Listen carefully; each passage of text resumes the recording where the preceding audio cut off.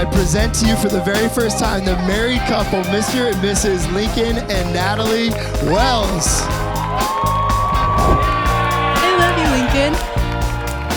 I vow to love you out of patience and grace, to always try to remember you're always right. I vow myself to you to never leave your side, to encourage you in the truth, and to remind you of what matters. I love you.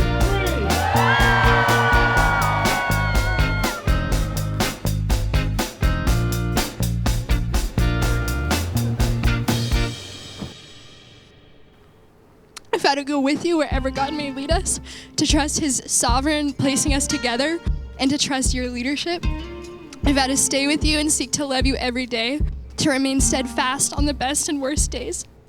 I vow to build shared community and one day a family together, to love and care for God's people together, to be your partner in the ministry God calls us to. And the most important one, I vow to make Jesus the center of everything, to love Him even more than you, and as a result, learn and seek daily to love you like He does. I promise to care for you until death, to choose to love you in sickness and in fear. And lastly, I vow myself to you to never leave your side, to support you in all God calls you to encourage you in the truth, and to remind you of what matters. I love you.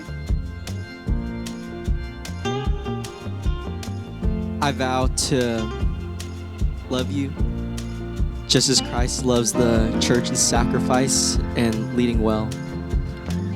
I vow to love you out of patience and grace, to always try to remember you're always right. I vow to always pursue you, even more so now in marriage and even when we were dating. I vow to put Jesus first in our marriage, in our life, in our relationship. And I vow to put you second, only behind Jesus, but above and over everything and anyone else. To always make you my priority in this marriage, in our lives, as what this marriage and our relationship is our first and most important ministry.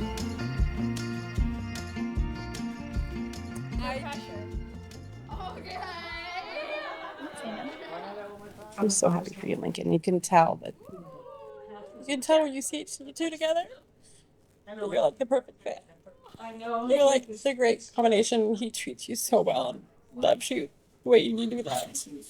And it just makes me so happy as a mom to see that. And I can see how you radiate when you're with him. And that's all I need to see. Oh.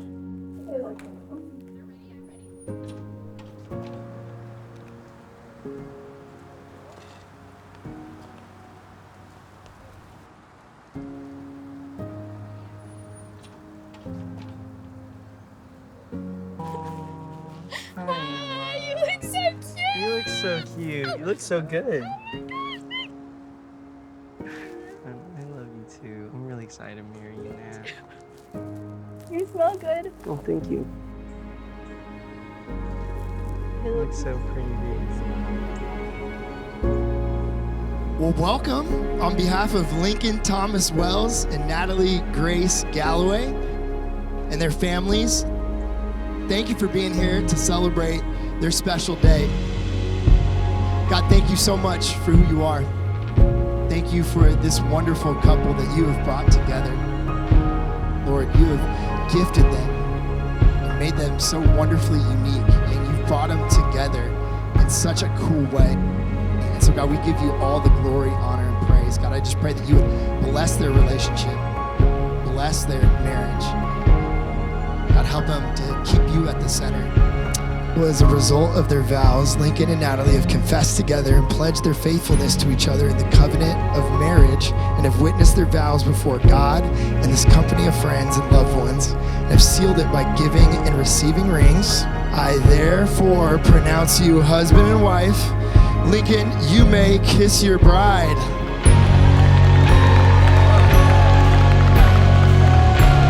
I present to you for the very first time the married couple, Mr. and Mrs. Lincoln and Natalie Wells.